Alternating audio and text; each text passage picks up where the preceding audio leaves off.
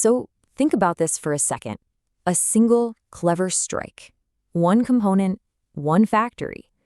Could that really be the key to crippling Vladimir Putin's massive aerial campaign against Ukraine? Well, let's get into it. It all really kicks off on one specific day, November 26th, because on that day, Ukraine launched what a lot of people are calling one of the smartest and maybe one of the most important attacks of the entire war. And get this, the target wasn't right over the border. Oh no, this was a deep strike, 1,000 kilometers, that's over 600 miles, deep inside Russian territory. An operation like that takes some serious planning and, just flawless execution. All right, so let's break this down, starting with part one, a strike deep inside Russia. So these drones didn't just hit some random warehouse. Their target was very specific. The VNIIR Progress factory in a city called Cheboksary. Now, this place isn't just any old factory. It's basically the beating heart of Russia's high-tech military electronics. It's the source of a component so vital that without it, entire weapon systems become pretty much useless. And this really gets to the core of the whole story in Section 2, the arsenal's Achilles heel. Let's really dig into why this one factory is such a big deal. So what are they making there? It's something called a GNSS receiver. Now, what the heck is that? Well, think of it as the electronic brain inside a missile or a drone. It's the piece that listens for signals from satellites, like GPS or Russia's own GLONASS system. That's how the weapon knows where it is and where it needs to go. Without it, a smart missile is just a dumb bomb. And this right here shows you the massive problem for Russia. I mean, just look at this list.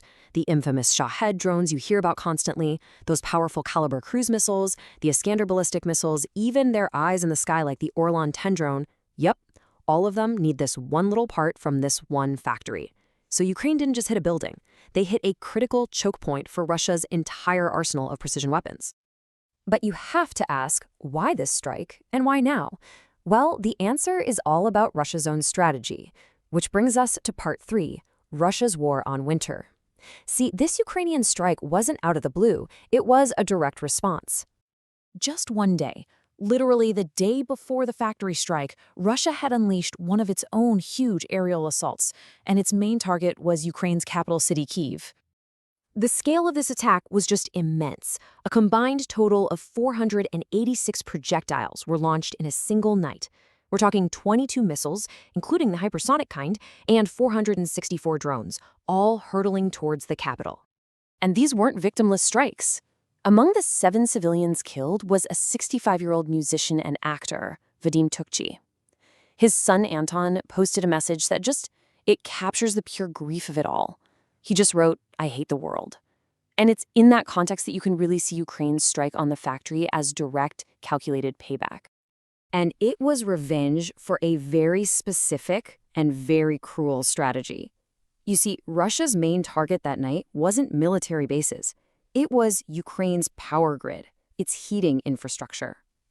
The goal is to weaponize the freezing cold of winter against ordinary people. And that strategy has been absolutely devastating. I mean, look at this. Since the invasion began, Ukraine has lost a staggering 70% of its ability to generate electricity. They're going into a brutal winter on the very edge of a nationwide power crisis. So this all sets up a fundamental clash of strategies, a real difference in thinking, which we're going to get into in part 4, precision versus volume. And this slide really lays it all out. On the one hand, you have Russia's strategy. It's all about volume. Just throw hundreds of drones and missiles at the problem to overwhelm air defenses and terrorize people. But on the other hand, you have Ukraine's response, precision. It's not about just shooting down the drones. It's about finding the factory that builds their brains and taking it out. It's an asymmetric approach, hitting them where it hurts, in the supply chain, to cripple the weapons before they even get off the ground. And if you want to understand Russia's volume strategy, just look at this number. So far this year, Russia has launched over 300% more of those Shahed-type drones at Ukraine than in all of last year combined. That's not just an increase, it's a massive, massive escalation. And all that volume has a very clear purpose: to drain Ukraine's limited and very expensive supply of air defense missiles. And you can see it's working. Ukraine's interception rate, which was once an amazing 90%, is now starting to dip below 80%. I mean, when you launch nearly 500 things at once, some of them are just going to get through. So what does this all mean for the war from here on out? Let's look at the possible aftermath in our final section, when missiles go blind. This is really the multi-billion-dollar question of this whole operation, isn't it? What happens when an entire arsenal of so-called smart weapons suddenly can't find its way? Well, the potential fallout is a pretty clear chain of events. Step 1. The production of these vital little brains, these GNSS receivers, stops, even if it's just for a little while. Step 2. Without those brains, new missiles and drones are basically just expensive paperweights. They're grounded. And step 3, Russia's ability to project power from the air, which is its main strategy right now, it starts to fall apart. So at the end of the day, by hitting the weapon at its source, Ukraine isn't just getting even. They're buying themselves critical breathing room. They're trying to force a slowdown in Russia's non-stop aerial campaign. It is a very strategic move, designed to disrupt that whole volume-based assault. Which leaves us with this one big thought.